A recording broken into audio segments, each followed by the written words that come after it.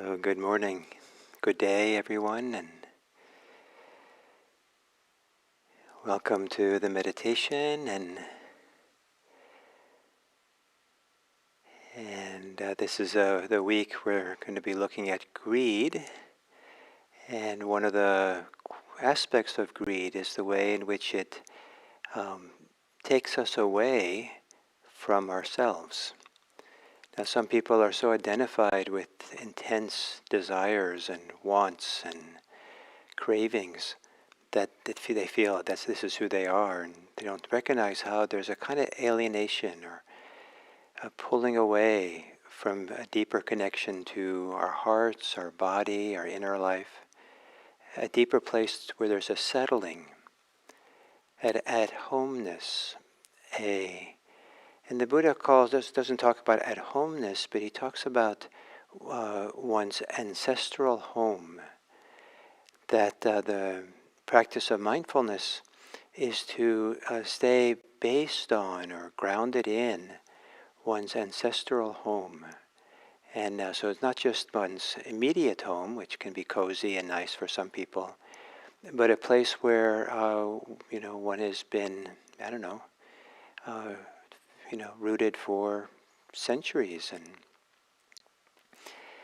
And so that metaphor here is that we're here to meditate, to really stay closely connected from the inside out, kind of.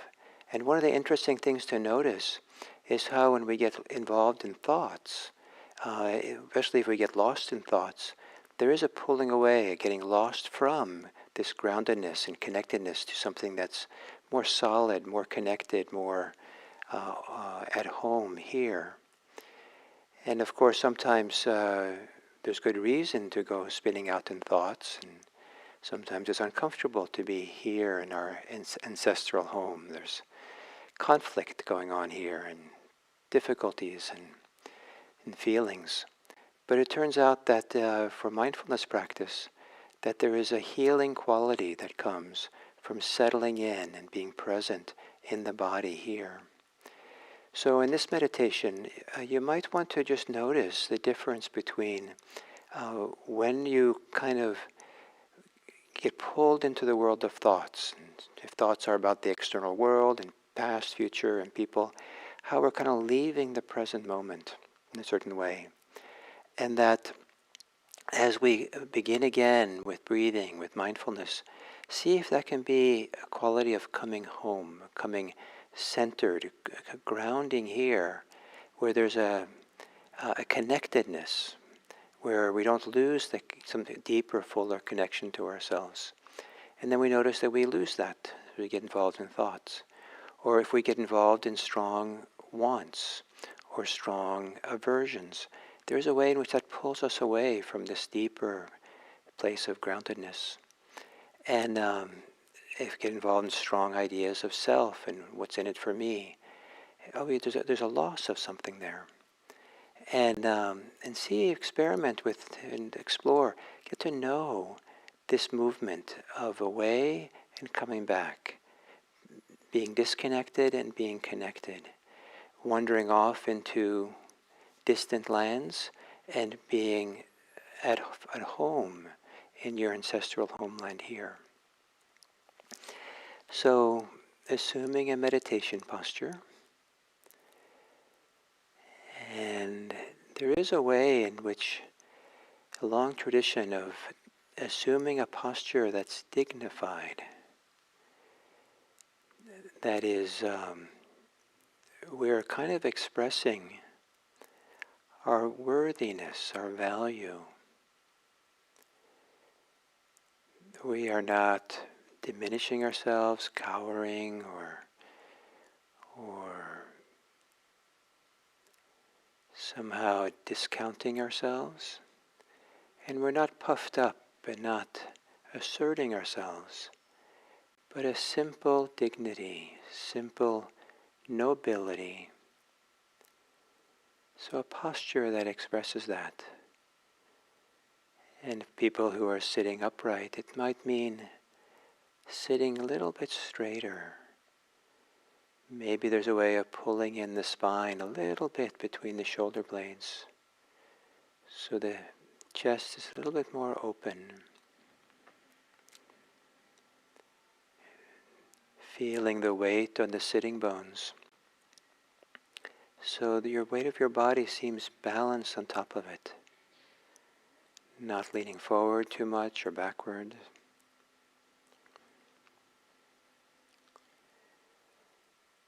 Gently closing your eyes.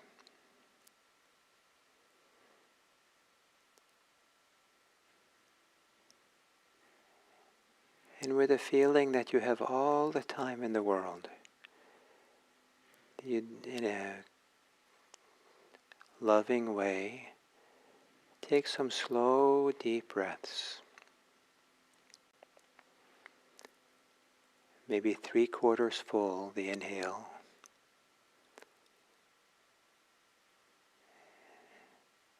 And as you inhale more fully, to feel all the sensations that get activated with the deeper breaths in the rib cage, in the chest, in the shoulders, belly.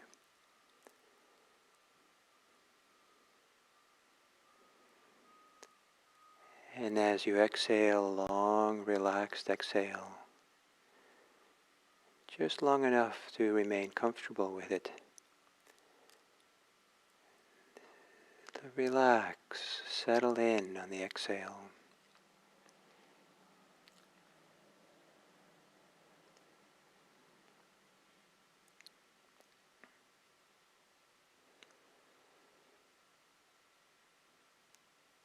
And letting your breaths return to normal.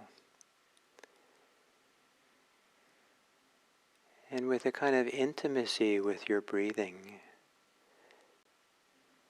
the physical sensations that come into play as you breathe. As you exhale, soften in the face. And if the face doesn't soften, be content just to feel and sense the physicality of the muscles of the face, the sensations from the inside out, meaning not your thoughts and images of your face, but how the skin, the muscles of your face feel for themselves.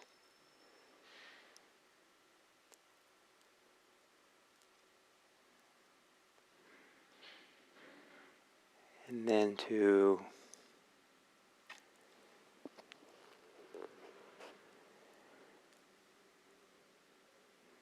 soften and relax the shoulders.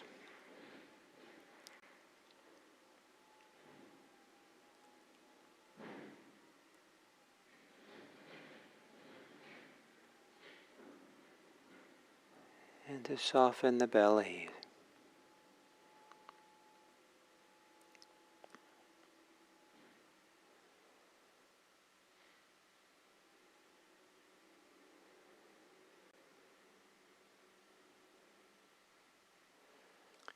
And then to tenderly, lovingly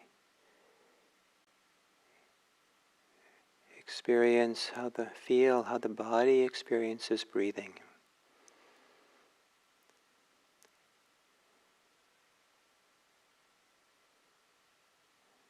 A certain receptivity to feel how the body experiences the rhythm of breathing.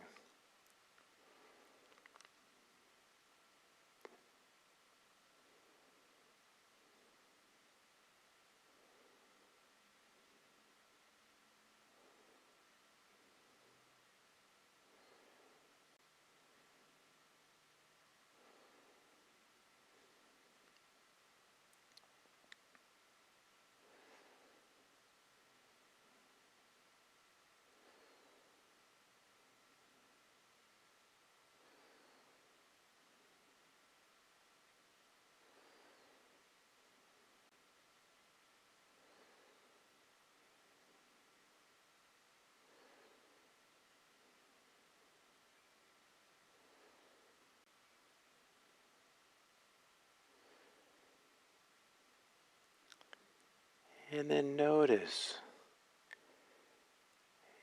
if and when you get pulled into the world of thoughts or pulled into the world of wanting or not wanting, how there might be a loss of this deeper connection to the body, to the inner life, here and now.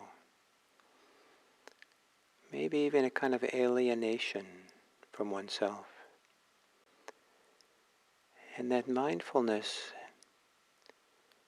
is to return to this ancestral home, to this place here, in ourselves.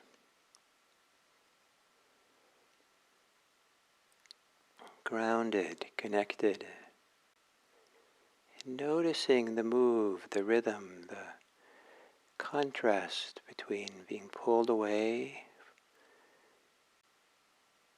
and returning, connecting here to the body breathing. See what you can notice and learn about yourself in that contrast between being connected and disconnected with our embodied existence from the inside out.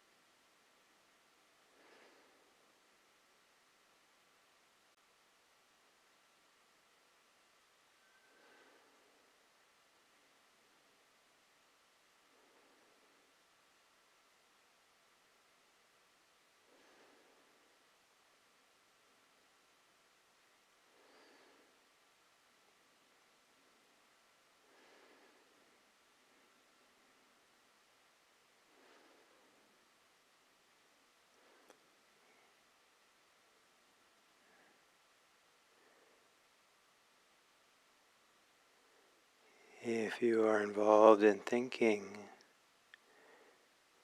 can you feel how that pulls you away from a deeper connection to breathing?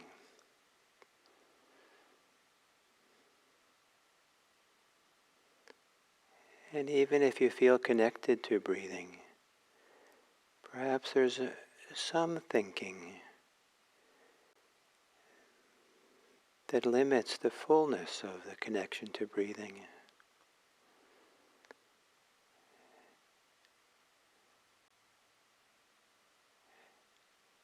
See if the thinking mind can become quieter and the connection to your body, breathing, fuller.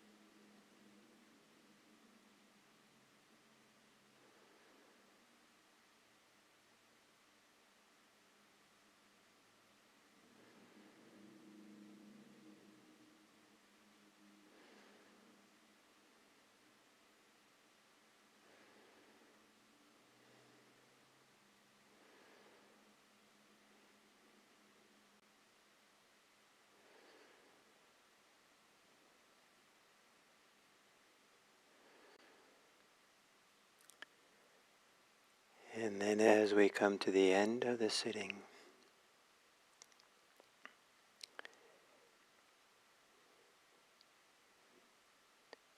to be connected deeply to ourselves, to our hearts, to our inner sensitivity, to being at ease and calm and settled, might provide us with a heightened sensitivity to others, perhaps one that is tender, relaxed, one that is not governed by desire or craving or clinging or greed or aversion, hatred. Something simple, relaxed, and to have that simple capacity for gazing out upon the world, to gaze upon the world with kind eyes,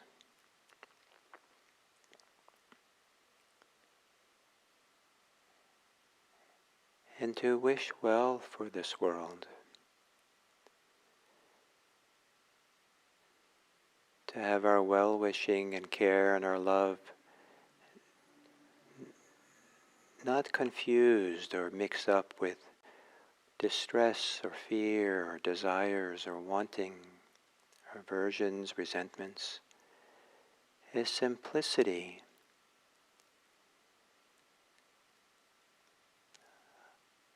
of looking upon the world kindly, well-wishing, and how wonderful it would be, how meaningful it would be, how preferable it would be if others could be happy, safe, healthy, peaceful, and free of all the forces within them that afflict them, all the forces around them in our societies that oppress them. And may it be that this practice that we do and how we live our lives from this practice, may it be for the welfare and happiness of others. May all beings be happy. May all beings be safe. May all beings find peace. And may all beings share mutually in a life that's free.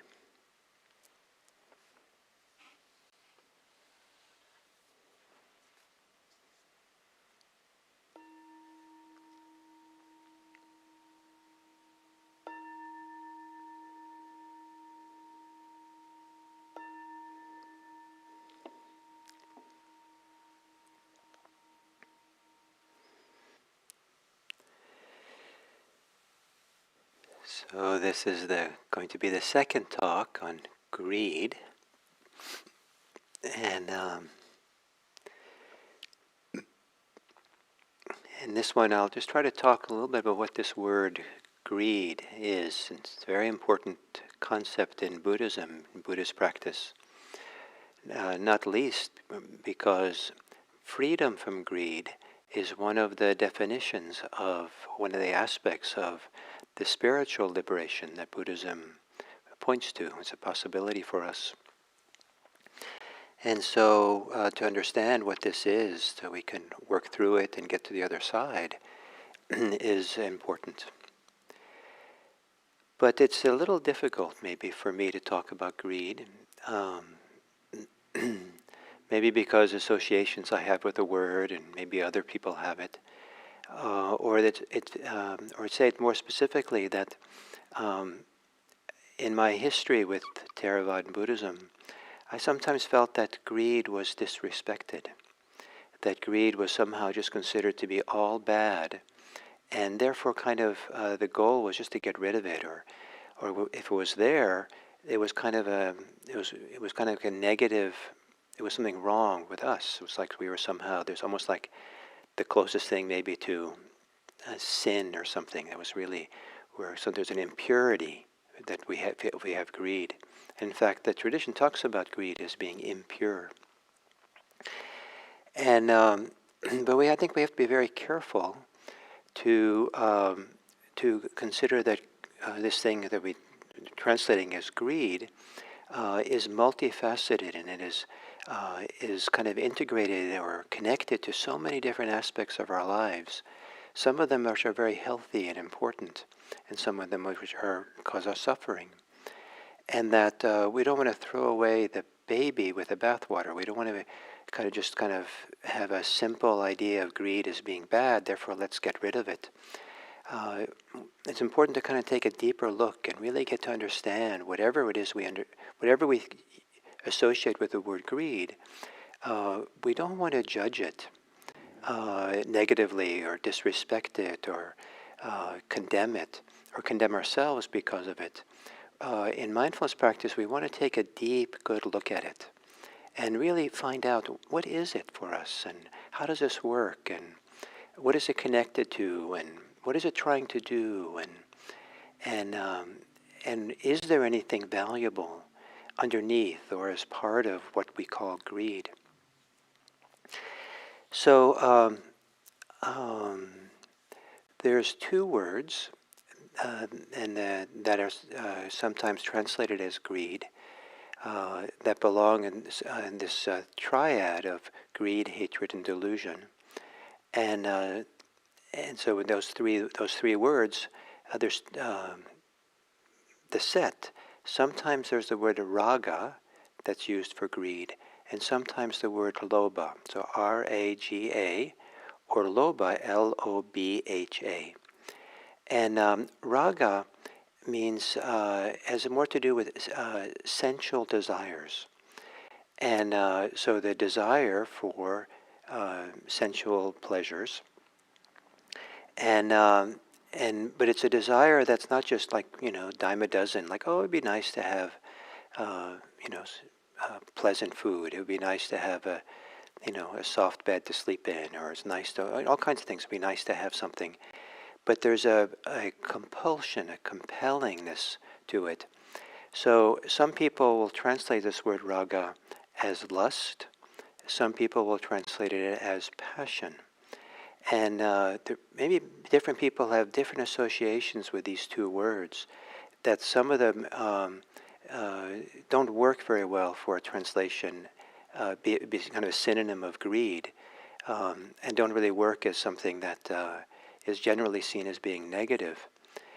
So there's some variability and choice you have about what words you use. But this word raga has to do with sensual pleasures. And we know that some people have tremendous intensity of desire around sensual pleasure.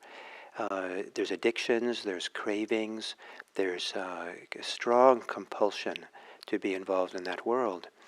And some people lose themselves and make huge, cause tremendous amount of suffering in life because of it, and very quickly regret what they've done. And, because there was pleasure in the moment, but it was pleasure that hurt other people or hurt themselves in some deep way.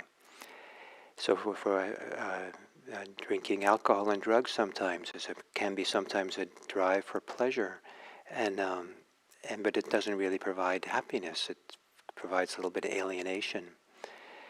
And so this strong. So for human beings, sensual pleasure plays a huge role in their lives.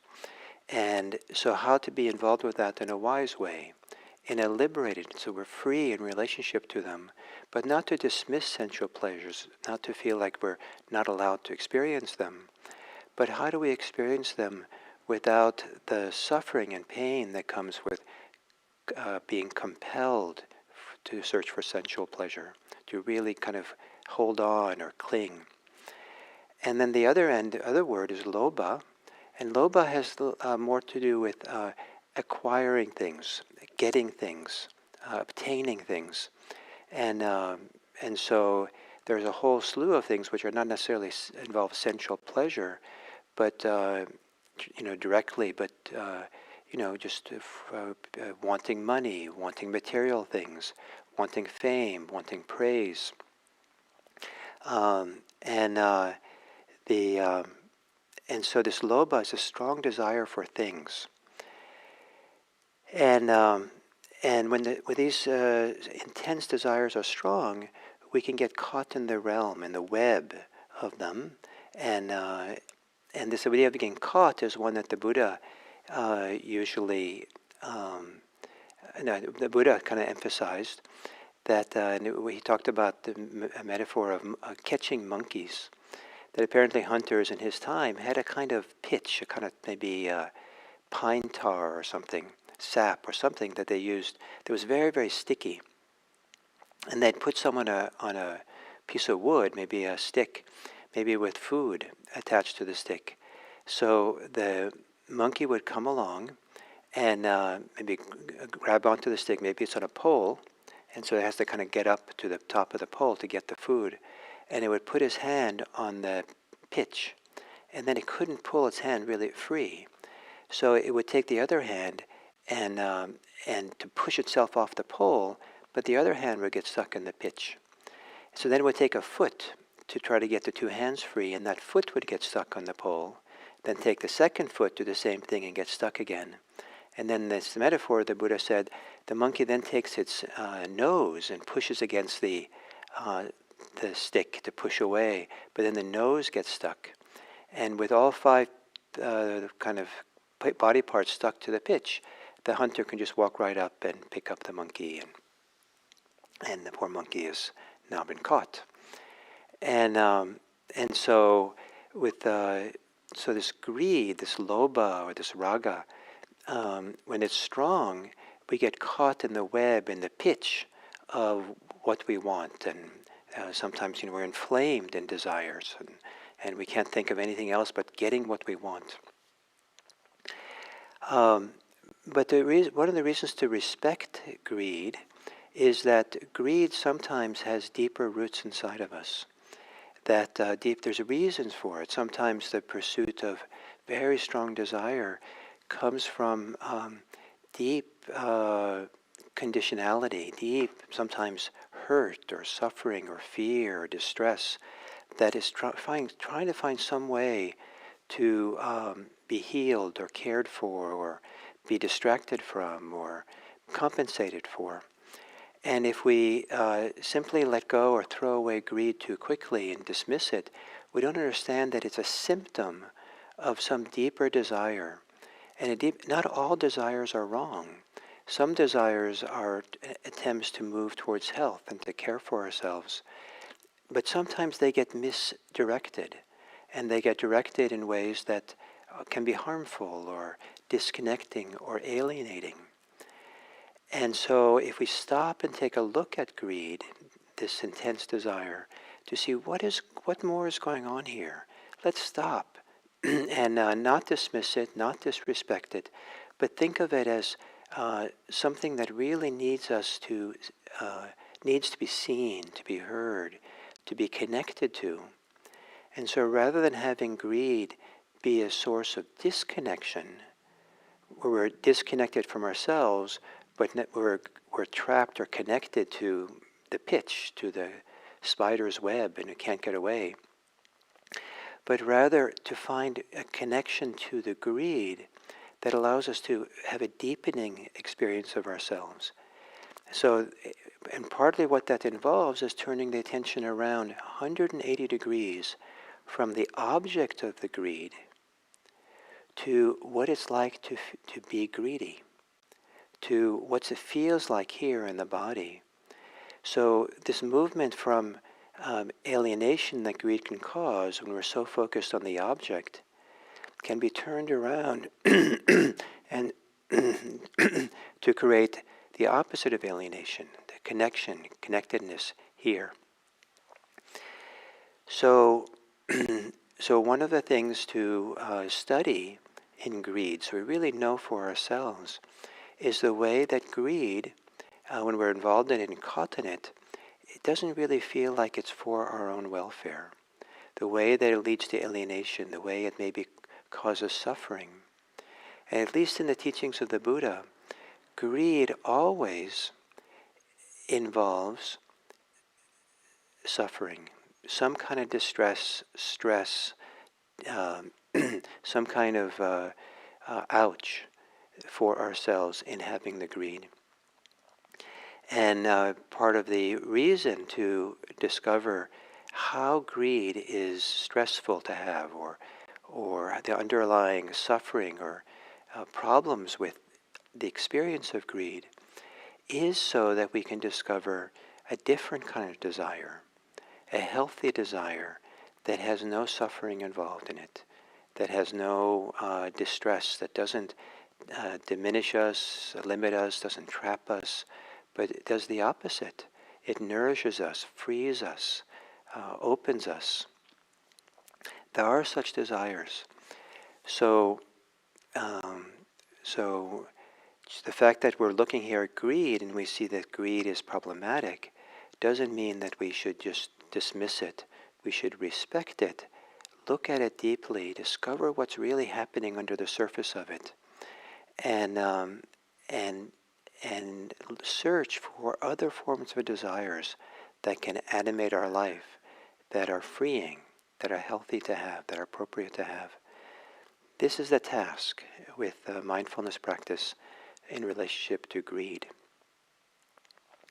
So then tomorrow I'll talk more about this, turning the attention around 180 degrees and really practicing with greed, looking at it in a deeper way.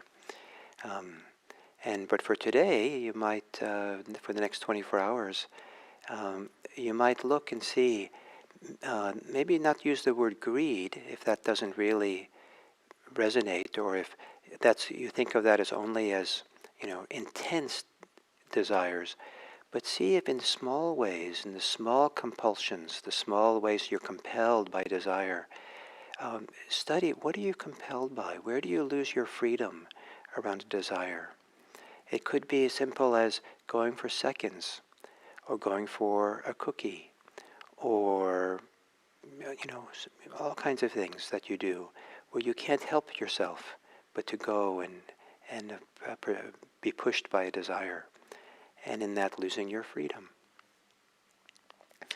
So I hope you enjoy the exploration of greed, and I hope that you're a better person because of it.